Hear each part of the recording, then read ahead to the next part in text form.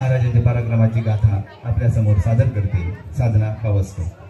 महाराष्ट्राचा जो इतिहास लिहिला तो कोणी येण्या गेल्याने नव्हे, तर महाराष्ट्राचा इतिहास लिहिला तो हिरव्या पिवळ्या शालीने, तलवारच्या खणखणाटीनं, खोड्यांच्या टापाळा आणि शायराच्या डफाळ, आणि हाच इतिहास घडवला तो छत्रपती शिवाजी महाराजांनी। मुजराच्या छत्रपती शिवरायाला, रयतेच्या राजाला, त्याच्या भक्तीला जोडणे, सौर्याला तोडणे, चौथा अंग आहे सागरा समाजाचं छत्रपती आबाचं सन्मान, जो त्या सूर्याची शान, मराठी बाणाचा धगधगता अभिमान, काय जय सह्याद्री त्यांना शंभूंचा अभिमान, महाराष्ट्राच्या देवळ्यात त्याचे पहिले स्थान, असे ते प्रौढ प्रताप पुरंदर क्षत्रिय कुलावतंस सिंहासनाधीश्वर राजाधिराज श्रीमंत श्री श्री श्री शिवछत्रपती शिवाजी महाराज की बंदुकीच्या जोरावर आणि हंटरच्या धाकावर, अहो बंदुकीच्या जोरावर आणि हंटरच्या धाकावर मी अनेक वाटांना माणसाप्रमाणे जगायला शिकवणारी माणसं बघितली, परंतु बंदुकीच्या जोराशिवाय आणि हंटरच्या धाकाशिवाय इथल्याच माणसांना वाघाप्रमाणे जगायला शिकवणारा एकच वाघ बघितला,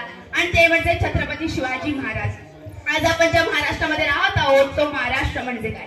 तो महाराष्ट्र म्हणजे शिवरायांच्या विचारांचा, जिजाऊंच्या संस्कारांचा आणि शंभूंच्या पराक्रमाचा साक्षीदार म्हणजे माझा हा महाराष्ट्र।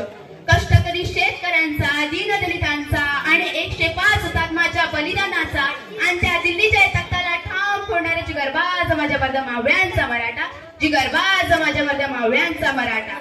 आणि आज महाराष्ट्राच्या मातीत 19 फेब्रुवारी 1630 रोजी एका रत्नाचा जन्म झाला, आणि ते म्हणजे छत्रपती शिवाजी महाराज। छत्रपती शिवाजी महाराजांनी त्यांच्या आयुष्यामध्ये वस्तू वापरल्या आणि माणसं जपली, परंतु आपण मात्र माणसं वापरतो आणि वस्तू जपतो। त्यांनी त्यांच्या दूरदृष्टिकोनाने भारताच्या इतिहासावर सुवर्ण अक्षराने इतिहास लिहिला, त्यांच्या इथली प्रत्येक गोष्ट आपल्या मनात ठासून भरली आहे। आणि असाच एक प्रसंग मला तुम्हाला सांगावासा वाटतो। एकदा छत्रपती शिवाजी महाराज कर्नाटकाच्या मोहिमेवरून महाराष्ट्रामध्ये परत येत होते, तेव्हा तेथे एक बेलवाडी नावाचे गाव होते, तेथे एक छोटासा किल्ला होता। मल्लमा देसाई नावाची ठासेदारी तेथे राहत होती। दादाजींना वाटले जाता जाता हा गड घेऊन जावा, त्यामुळे दादाजींनी थोडे थोडे सैन्य गोळा केले आणि ते मल्लमावर गेले, परंतु मल्लमाई जिद्दीची चिकाटीची तिने त्यांच्यावर प्रहार केला आणि तेथे मावळ्यांचा पराभव झाला। दादाजींना वाटले एका बाईच्या हातून मावळ्यांचा पराभव होणे शक्य नाही, त्यामुळे दादाजींनी अजून सैन्य गोळा केले आणि ते मल्लमावर गेले, परंतु आता मात्र मल्लमाचा पराभव झाला। दादाजींनी ठरवले मल्लमा देसाईला कैद करायचं आणि छत्रपती शिवाजी महाराजांपुढे उभे करायचे। तेथे मल्लमाला कैद करत असताना मल्लमा आत जाते व ती आपल्या तान्ह्या बाळाला घेऊन बाहेर येते। जेव्हा तिला छत्रपती शिवाजी महाराजांपुढे उभे केले जाते तेव्हा तिला वाटते जसा प्रत्येक राजा आपल्या गुन्हेगाराला शिक्षा देतो तसा हाही राजा मला शिक्षा देणार, मला आणि माझ्या बाळाला मारून टाकणार, आणि ती छत्रपती शिवाजी महाराजांपुढे नतमस्तक होते आणि म्हणते अजून आमच्या मागे आणि म्हणते राजा मी तुमचे गुन्हेगार आहे राजा, जी काही शिक्षा द्यायची असेल तर ती मला द्या, पण यामध्ये या छोट्या बाळाचा काही दोष नाही। छत्रपती शिवाजी महाराज हे गुस्वितावस्था होतात आणि ते चित्तीसाला इशारा देतात। चित्तीस आत जातो व दुधाची वाटी घेऊन बाहेर येतो।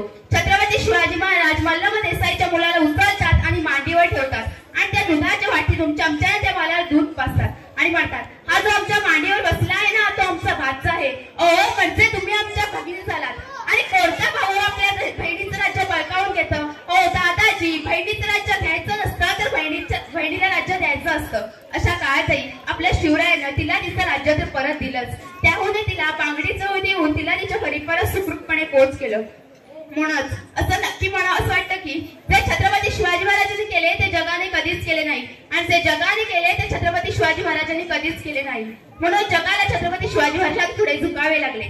छत्रपती शिवाजी महाराजांनी त्यांच्या आयुष्यामध्ये नेहमी स्त्रियांचा आदर केला, म्हणूनच आज जी कोणी स्त्री माझं ऐकतही ना तिला मला एवढंच सांगावं वाटतं की अगं तलवारपेक्षा तीक्ष्ण तुझ्या नजरेची धार आहे, अगं तलवारपेक्षा तीक्ष्ण तुझ्या नजरेची धार आहे, महाराष्ट्राची वाघीण तू भवानीचा वार आहे, अगं भगव्याची रक्षणी तू स्वराज्याची तू मेघ आहे, अगं भगव्याची रक्षणी तू स्वराज्याची तू मेघ आहे, कमी समजू नको तू स्वतःला तू जिजाऊची लेक आहे, तू जिजाऊची लेक आहे। आता एवढे वर्ष झाले तरी अलीकडच्या काळात मला एक तुम्हाला प्रसंग सांगावासा वाटतो। आताच 5-6 वर्षांपूर्वी इंडीचे पंतप्रधान भारत भेटीसाठी आले होते, तेव्हा त्यांना काही गाईड्सनी प्रश्न विचारला की तुम्हाला प्रेमाचे प्रतीक असलेले ताजमहल बघायचे की सोन्याचे प्रतीक असलेले गोल्डन टेम्पल बघायचे? तेव्हा ते इटलीचे पंतप्रधान म्हणाले मला प्रेमाचे प्रतीक असलेले ताजमहल नको आणि सोन्याचे प्रतीक असलेले गोल्डन टेम्पल नको, मला माझ्या राज्यात इतिहास शिकवला जातो ना, त्या राज्यात मला रायगड बघायचा आहे। आणि तेव्हा ते सर्व गाईड्स त्यांना रायगड बघायला घेऊन जातात. म्हणून जगाची वाट बघी तुम्ही कोठे गेलात आणि जर तुम्हाला कोण विचारलं ना की तुम्ही कोठून आलात तर त्यांना अभिमानाने सांगा, ज्यांनी मरणालाही लाजवलं आणि आलेल्या मनाला देखील जगायला शिकवलं अशा छत्रपती शिवाजी महाराज आणि छत्रपती संभाजी महाराज यांच्या भूमीमधून आलो आहोत. म्हणूनच असं नक्की म्हणावं असं वाटतं की ज्या मातीत जन्मले त्या मातीचा रंग सावळा आहे.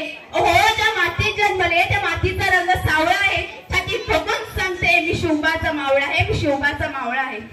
जाता जाता मला एवढंच बोला असं वाटतं की मी एक देवाकडे फुल मागितलं तर देवाने अख्खी बागच दिली. देवाकडे राहण्यासाठी घर मागितलं तर देवाने अख्खा राजवाडाच दिला. देवाकडे पिण्यासाठी पाणी मागितलं तर देवाने अख्खा समुद्रच दिला. पण जेव्हा देवाकडे देव मागितला तेव्हा त्याने छत्रपती शिवाजी महाराजांसारखा देव माणूस दिला. तेव्हा त्याने छत्रपती शिवाजी महाराजांसारखा देव माणूस दिला. अशा छत्रपती शिवाजी महाराजांचा आपण जय जयकार करूया. जय भवानी, जय शिवाजी, जय शिवाजी, जय भवानी. खूप सुंदर साधना. छत्रपती शिवाजी महाराजांचा पराक्रम आपल्या समोर निर्माण केलेला होता तो या साजना पाऊस कधी नाही. यानंतर पुन्हा एकदा आपल्या समोर एक नृत्य सादर होणार आहे. माऊली माऊली सादर करणारे विद्यार्थी आहेत इयत्ता 5वीच्या विद्यार्थिनी प्रांजल भातडे.